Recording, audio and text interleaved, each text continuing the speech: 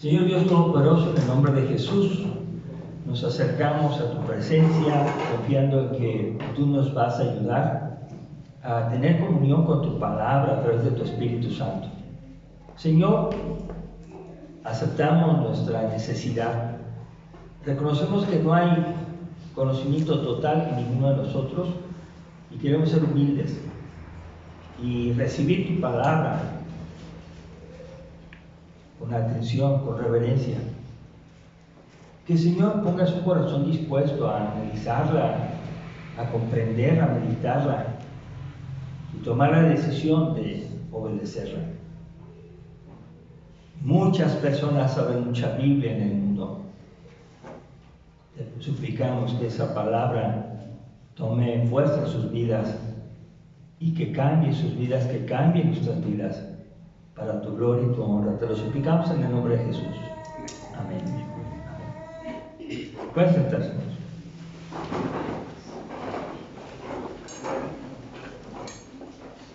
Durante este mes estaremos compartiendo mensajes en relación con Jesús, cuando Él se encarna en María por obra del Espíritu Santo, y estaremos meditando diferentes aspectos. El día de hoy vamos a iniciar con un mensaje que habla de la profecía de Isaías acerca del Mesías que vendría. Y quisiera leer el apunte que tenemos aquí y que le pusiéramos atención. Si no alcanzan apuntes, por favor díganmelo al final o díganselo a la hermana que se los entregó para hacer más. Cada uno de nosotros tenemos una perspectiva de vida. Todos tomamos decisiones de acuerdo con nuestros propios criterios y formación. Todos. Sofía Tucker, que nació el 13 de enero de 1887 y murió el 9 de febrero de 1966, fue una cantante y actriz de nacionalidad estadounidense, aunque era de origen ucraniano.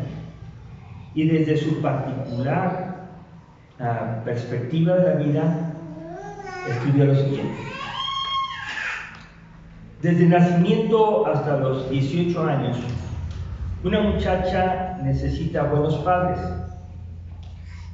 Desde los 18 a los 35 necesita ser hermosa. De los 35 a los 55 necesita una hermosa personalidad.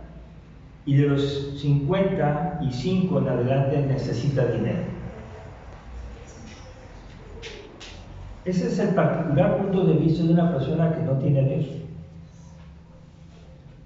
Tenemos que analizarlo porque puedo observar que puede cumplirse o no estas circunstancias de una persona. Por ejemplo, algunas muchachas no tienen buenos padres, otras no son hermosas según la definición del mundo, y otras nunca llegan a tener una personalidad hermosa tampoco.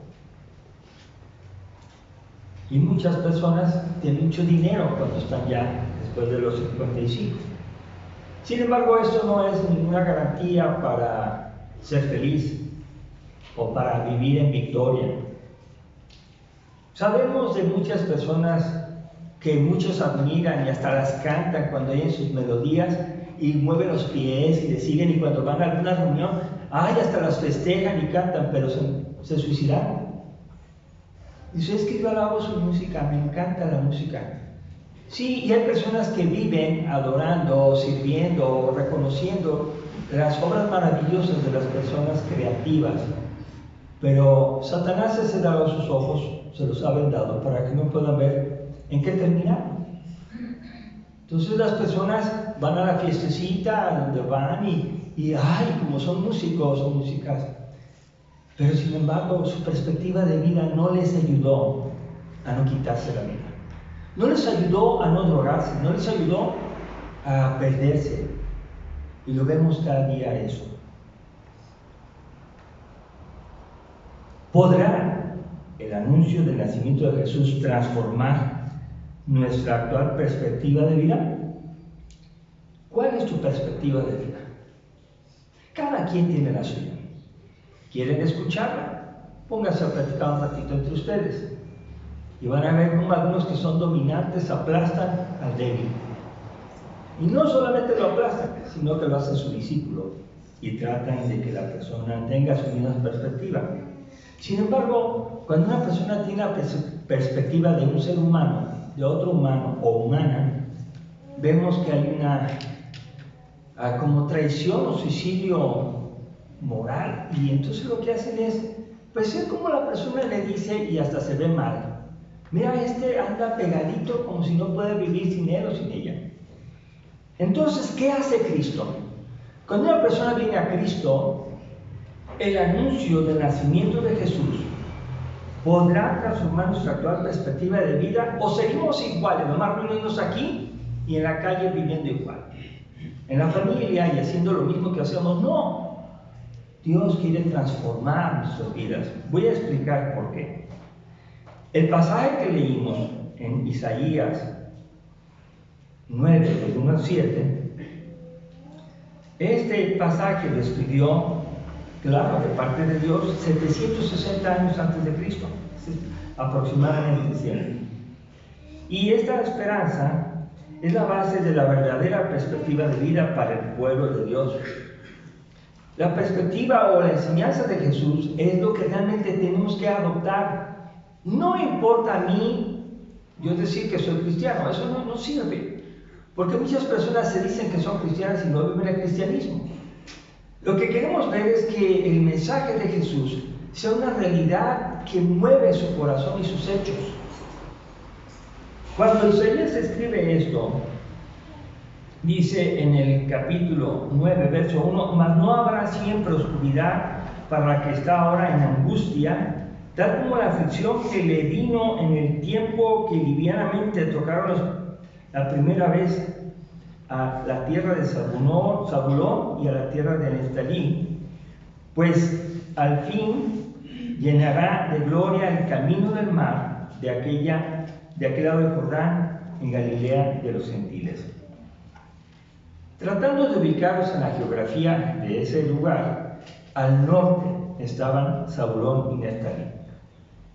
Era al norte. Y estas ciudades estaban invadidas por los asirios. Y los asirios, que era el imperio dominante en el tiempo que se escribe los tenía aplastados, los tenía oprimidos, los tenía sujetos a ellos. Inclusive habían hecho ciudades del pueblo de Dios, sus ciudades. ¿Y qué vemos ahí? Una sensación de desesperación y dolor por la opresión que vivían. Y no solamente ahora se vive opresión y sufrimiento, sino desde esos tiempos. Sin embargo, podemos ver que el pueblo que andaba en tinieblas vio gran luz. Los que moraban en tierra de sombra de muerte, luz resplandeció sobre ellos. En medio de esa situación que estaban ellos padeciendo, lo dice en un presente cumplido. Es decir, vio gran luz. Ese pueblo que andaba en tinieblas. Quiere decir que el mensaje que se está proyectando aquí para un pueblo que está oprimido, amolado, sujeto a tantas situaciones dolorosas de sufrimiento, vio gran luz. Vio gran luz. Y aunque dice moraban en tierra de sombra de muerte, por eso podemos explicar que el mensaje era un aliento, un aliciente muy, muy bueno para ese pueblo oprimido. Dice aquí, verso 3, multiplicaste a la gente y aumentaste la alegría, se alegrarán delante de ti como se alegran en la siega, como se gozan cuando reparten despojos. Yo puedo estar observando también que Dios aumentó la alegría. O sea, vean qué es lo que hace el mensaje. Lo que Dios espera es que la gente que sufre, la gente que está pasando, deje de quejarse, deje de amargar a otros. Que la gente vea el mensaje como un mensaje que le transforma su sufrimiento y su amargura en alegría. Y una alegría que no es para unos cuantos, es una alegría que se transmite a todas las personas que le rodean. Es una alegría maravillosa. Y esa alegría es como los que cosechan. Y estamos en el tiempo de las cosechas. Y usted y yo podemos ver las camionetas y los vehículos que llevan el maíz y van bien contentos. Inclusive los pescadores van arriba y van con una sonrisota.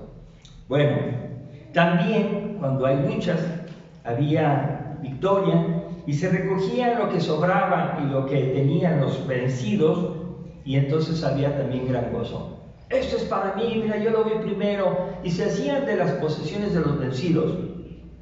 Así Dios aumentará la alegría, porque Dios pondrá fin a la guerra. Esa opresión con los asirios era una opresión ya predicha en Isaías. Se va a acabar su opresión. Ahora, yo puedo ver aquí que esta profecía también es una profecía acerca del Mesías. Quiero que ustedes vean, versos 4 y 5 tienen que ver con la victoria sobre esos pueblos. Ahora voy a ver la profecía acerca del Mesías. Porque, verso 9, porque un niño nos es nacido, hijo nos es dado, y el principado sobre su hombro, y se llamará su nombre admirable, consejero, Dios fuerte, Padre eterno, príncipe de paz. Bueno, hijo, un niño nos es nacido, hijo nos es dado. ¿En quién se cumple? En Jesucristo. Si estamos hablando de 860 años antes de Cristo, y se cumple, ya estamos viendo cómo Dios tiene sus tiempos, ¿verdad? Yo creo que cuando ellos escucharon esta profecía de los labios de Isaías, dijeron, queremos que ya suceda. Pero si hubiera sucedido en ese tiempo, no estaríamos nosotros aquí. No sé dónde estaríamos. Pero Dios tiene su tiempo para todas las cosas. No es cuando tú quieras, ni como tú quieras. Él tiene su tiempo. Llegado el tiempo, ¿verdad? Se cumplió esta profecía en Jesucristo, como lo vemos en Mateo 1:23. He aquí una virgen concebirá y dará a luz un hijo, y llamará su nombre Emmanuel, que traducido es Dios con nosotros. Ese niño que nació es el guerrero triunfador sobre toda la maldad. Ahora noten que dice Dios con nosotros. Dios con nosotros, y al decir Dios con nosotros quiere decir que Él va a vencer. Él no es alguien que nosotros podamos domesticar como si fuera una cosa que se puede hacer a modo de uno. Jesús está cumpliendo los tiempos y las cosas que ha profetizado, que se han dicho en el momento oportuno. Y entonces yo puedo ver aquí el verso, dice, el principado será sobre su hombro.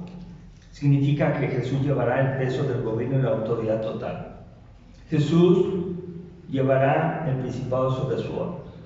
Actualmente nosotros podemos ver en los militares que les ponen insignias para que distingan quién es.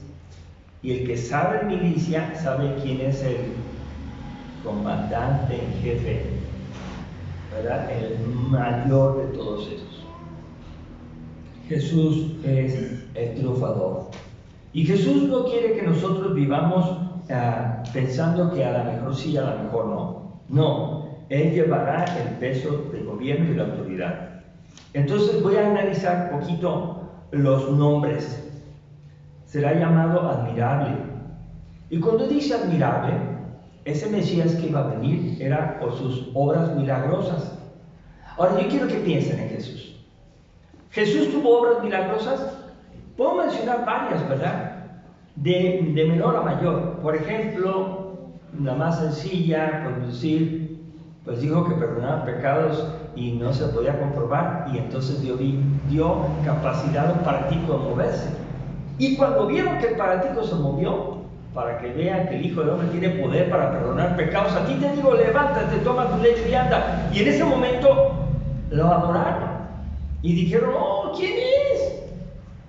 Pues para que sepan, yo soy Jesús, el que perdona pecados, el que tiene victoria sobre el pecado. Entonces, hermanos, podemos pensar así como bien emocionados, decir, Señor Jesús, tú estabas anunciado para venir a vencer el pecado, pero no el pecado de la carestía, el pecado de la delincuencia, el pecado de aquellos que me roban, no para vencerlos a ellos, sino para vencer el pecado que está en el corazón mío.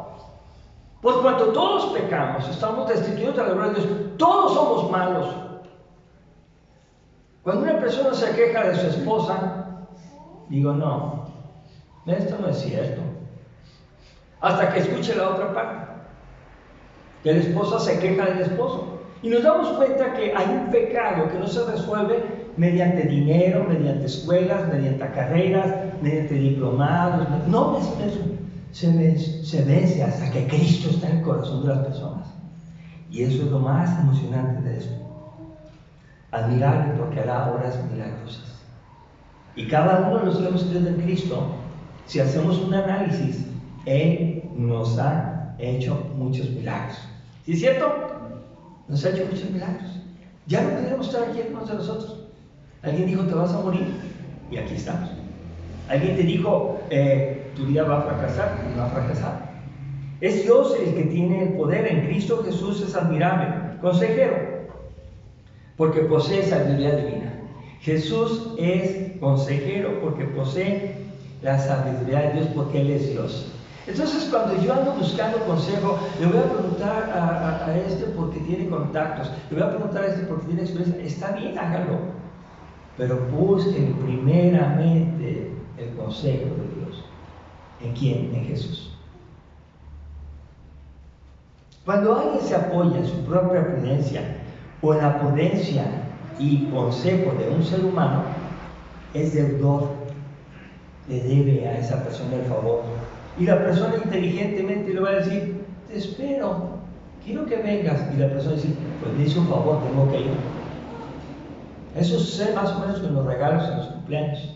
Te invito a una fiestecita de cumpleaños, ¿y qué tienes que hacer? Llevar un regalo. Pero cuando entonces te toca invitar, ¿qué esperas que haga? Y Jesús no es así. Jesús, su amor es un amor ágape, un amor que no espera que le demos nada, porque sabe que no tenemos nada. Nuestras buenas obras son trapos de inmundicia, así las presumamos y las saquemos como una cartelera de diplomados, estudios. Ay, yo soy, seas hebreo y griego. ¿Y eso qué? ¿Eso qué? Si tu vida no ha sido tocada con Cristo, estás vacío. Eso le pasó a Nicodemo.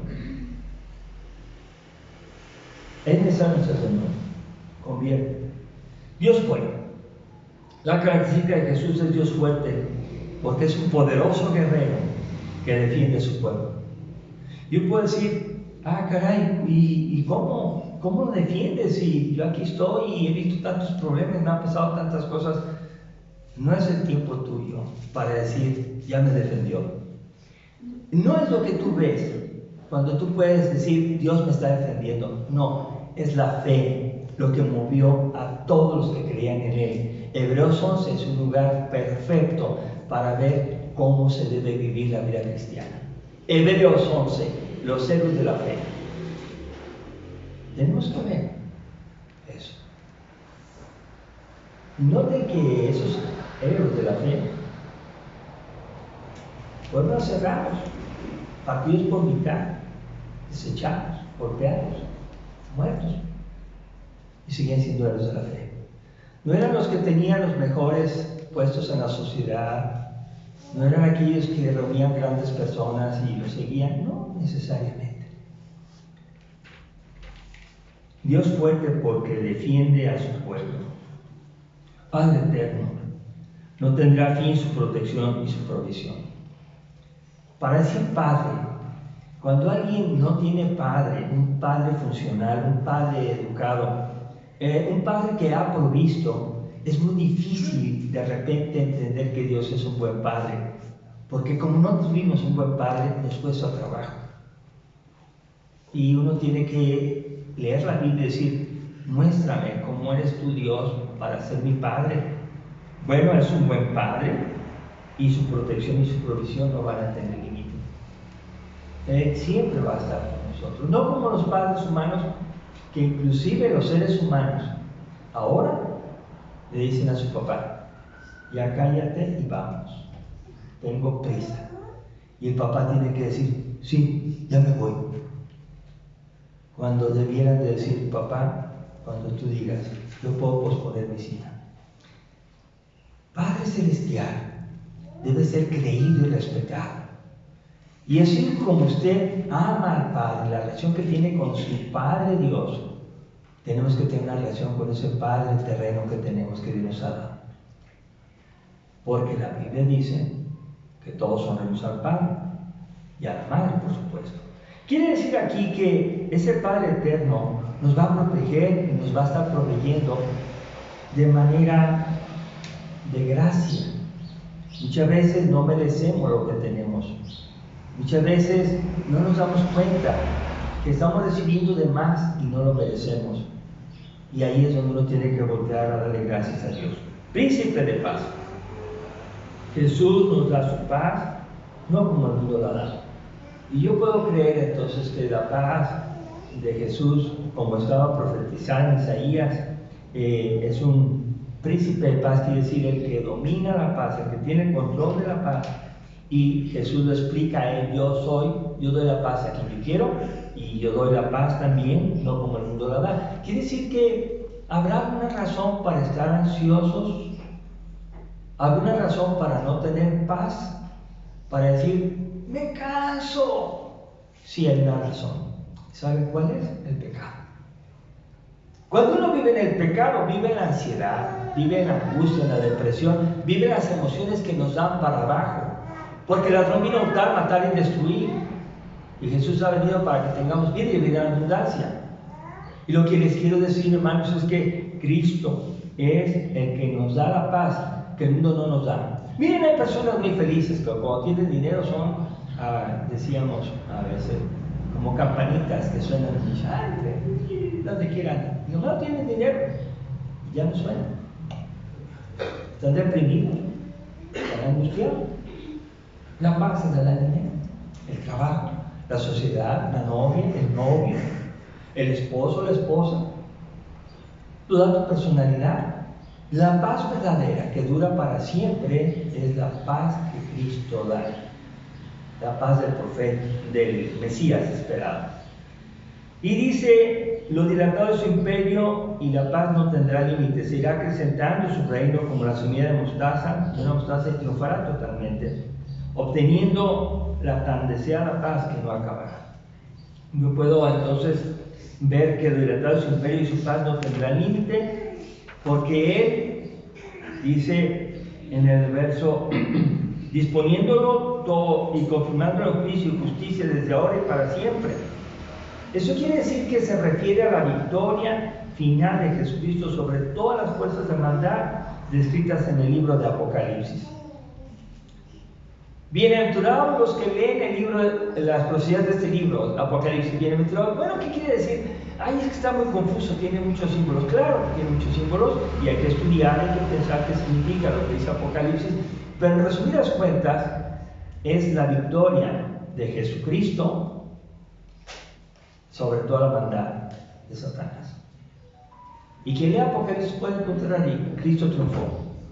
A pesar de que surge la bestia, que surge el anticristo, que surgen las naciones que se oponen, que miren, hay que leer la Biblia y ver la victoria de Jesús. Entonces, es Dios quien va a disponer y confirmar el juicio y justicia desde ahora y para siempre. No somos huérfanos, Dios está obrando. No está obrando a la forma que tú quieres. No le entendemos. Si nos explicara Él las cosas celestiales, ¿ustedes creen que le entenderíamos? Jesús dijo que no. Dice que nos iba a explicar las cosas con ejemplos terrenales para que comprendiéramos, porque nuestra mente siempre es finita. Y aparte de finita, está dañada por el pecado, porque yo sé lo que me quieres decir. Eso no estoy queriendo decir eso. Sí, me estás queriendo decir eso. No, yo no dije eso. ¿Cuánto les ha pasado eso? Que los entienden mal. Frecuentemente te entienden mal. Y es a causa del pecado. Entonces imagínense querer entender las cosas de Dios con esta mente cochambrosa que tenemos y querer que nos... No, pues no. Tenemos que aceptar que Jesús se va a revelar a nosotros a través de su Espíritu Santo con personas que queremos encontrar. Y dice el último punto, el celo de Jehová de los ejércitos hará esto. No depende de las circunstancias ni de la voluntad humana, Dios lo hará. Cuando yo hablo de la victoria, miren, horrenda cosa es caer en manos de un Dios vivo. Quiere decir esto: alguien que se opone a Dios y que no lo va a obedecer y se entera que no lo va a obedecer, no tiene problema solamente con las personas. De por sí ya lo tiene, ya está señalado. Si no, va a tener problemas en la eternidad con un Dios que es amor, pero también Dios es justicia. Y de Dios nadie se burla. Entonces, ¿qué quiere decir esto? Una esperanza maravillosa al tener a Jesús como Mesías, pero también hay un riesgo de no tenerlo. Entonces, la conclusión: podemos y debemos considerar nuestra actual perspectiva de vida, porque podemos conocer el mensaje acerca de la victoria que Jesús vino a ofrecer a todos. Pero debemos depositar totalmente nuestra confianza en Jesús. Hay un error, corríjanlo. Pero debemos depositar totalmente nuestra confianza en Jesús. La victoria está en Cristo, sí. Pero en Cristo somos más que vencedores. ¿Cuántos saben eso? Bueno, si todo lo puedo en Cristo que me fortalece, si soy más que vencedor en Él, si Cristo me lleva de victoria en victoria, entonces yo tengo que vivir ese estilo de vida. Cuando estoy fracaso tras fracaso, nomás estoy diciendo: Cristo no gobierna en mí, gobierno yo, gobierna X cosa. Vamos de victoria en victoria en Cristo Jesús. Entonces, Jesús es el cumplimiento de la profecía de Isaías para otorgarnos la victoria eterna. Y eso es totalmente claro. Si acepto la autoridad de la Biblia, puedo tener una perspectiva de vida llena de esperanza y seguridad, aunque esté pasando por situaciones muy sombrías. Como dice el Salmo 23, aunque ande en valle de sombra de muerte, no temeré mal alguno, porque tu vara y tu cayado me infundirán aliento. Es el Salmo 23 que habla acerca de Jesús, ¿cómo se llama? Jehová es mi pastor, ¿verdad? Jehová es mi pastor, nada me faltará, ¿de acuerdo? Y Jesús dice: yo soy el buen pastor. Entonces Jesús se aplica esa enseñanza y Él dice: ¡hey! No tengan miedo, aquí yo estoy con ustedes todos los días. ¿Hasta cuándo? Hasta el fin del mundo. Entonces yo puedo concluir claramente que aunque mi vida esté pasando por valle de sombra de muerte, ay Señor, me siento mis pies que me tiemblan, mi corazón que late rápido, mis manos se ponen frías, empiezo a sudar, pero Señor, quiero confiar en ti y voy a entregarme a ti en esta situación difícil. No hay explicación, no hay solución, no hay justicia, no hay orden. Pero Jesús entendió eso, porque no hubo orden, no hubo justicia, no hubo nada adecuado para tratar a Jesús cuando lo acusaron de que era un perverso y malvado, padre de demonios. No hubo quien lo defendiera. Y los que lo querían defender lo negaron y se alejaron de él. Entonces yo puedo ver aquí como, aunque andemos en medio de sombra de muerte, podemos ver a Jesús. Y Jesús caminó por ese lugar de la crucifixión con solidez, con firmeza, orando: si es posible que pase de mí esta copa. ¿Recuerdan ustedes? Ese es el Mesías en el que se cumple la profecía de Isaías 9. Él quiere ayudarnos. Él sabe que nosotros no vamos a poder. Él sabe que hay días buenos para nosotros y días malos. Y tenemos que vestirnos de toda la armadura de Dios. Es el momento entonces de tomar la decisión más importante de tu vida. Si no la has tomado, si la tomaste, hay que seguir creciendo en la confianza con Dios y desarrollar nuestra vida de tal manera que digan: uy, estos viven en la tierra como si vivieran en el cielo. En medio de todos los problemas podemos tener buena cara al mal tiempo por Cristo. No somos unos quejumbrosos, apartados, amargados, que lastimamos y que decimos, yo no hice nada, a ti dígame que hice mal. No, ciertamente no has hecho nada malo. Uno no puede juzgar los corazones, pero Cristo nos quiere enseñar a tomar la decisión más importante de la vida, que es: dejaré confiar en mí mismo en todos los sentidos y decido confiar en Jesús totalmente en mi vida. Me comprometo a ser fiel a Él, cualquiera que sea la circunstancia que esté pasando, porque puedo estar seguro de que en Jesús tengo la victoria por fe desde ahora y hasta la eternidad. Yo puedo estar seguro de eso. ¿Quieres hacerlo? Cuando uno dice que quieras hacerlo, es la invitación que todo pastor tiene que hacer. Tiene que invitar si alguien quiere tomar esa decisión. Porque no solamente es: estoy comiendo muy bien y una persona hambrienta sin comida y tú le dices que le vaya bien. Debieras de darle algo para que coma y no se vaya con manos vacías. Y a veces no es solamente el alimento material que podemos darle a las personas, porque ese se les va a acabar, 1 o 2 comidas. Pero ¿saben qué? Darse el alimento, el pan de vida que es Jesús, los va a transformar. Necesitamos compartir a Jesús. Esta profecía del Mesías, que es Jesús, debemos compartirla a otras y preguntarles también y decirles: ve a Jesús, recíbelo y cree en su nombre y serás hijo de Dios. Y a esto yo le agregaría lo que leí hace rato: me comprometo a ser fiel a Él. Una de las cosas que está pasando en la sociedad es que hay muchas personas que se están congregando y eso es muy bueno. Sin embargo, no hay compromiso. ¿Qué es el compromiso? Me esfuerzo en hacer la voluntad de Dios. Seguir a Cristo, aceptar a Cristo, es también aceptar que tengo que obedecer sus mandatos. Y no se preocupen de las cosas que no entienden que obedecer. No se preocupen de esas, ya las entenderán. Ocúpense de hacer las cosas que entienden. Porque si las cosas que entendemos de la palabra no las hacemos, estamos reprobados. No somos aprobados delante de Dios. Procura presentarte a Dios como un obrero aprobado. Vamos entonces y vamos a orar. Dios Padre, en este momento, en el nombre de Jesús, te damos gracias, Señor, porque desde hace más de 800 años estaba escrito, antes de Cristo, que Jesús iba a ser el Mesías, que iba a sacar a su pueblo de esa oscuridad de pecado.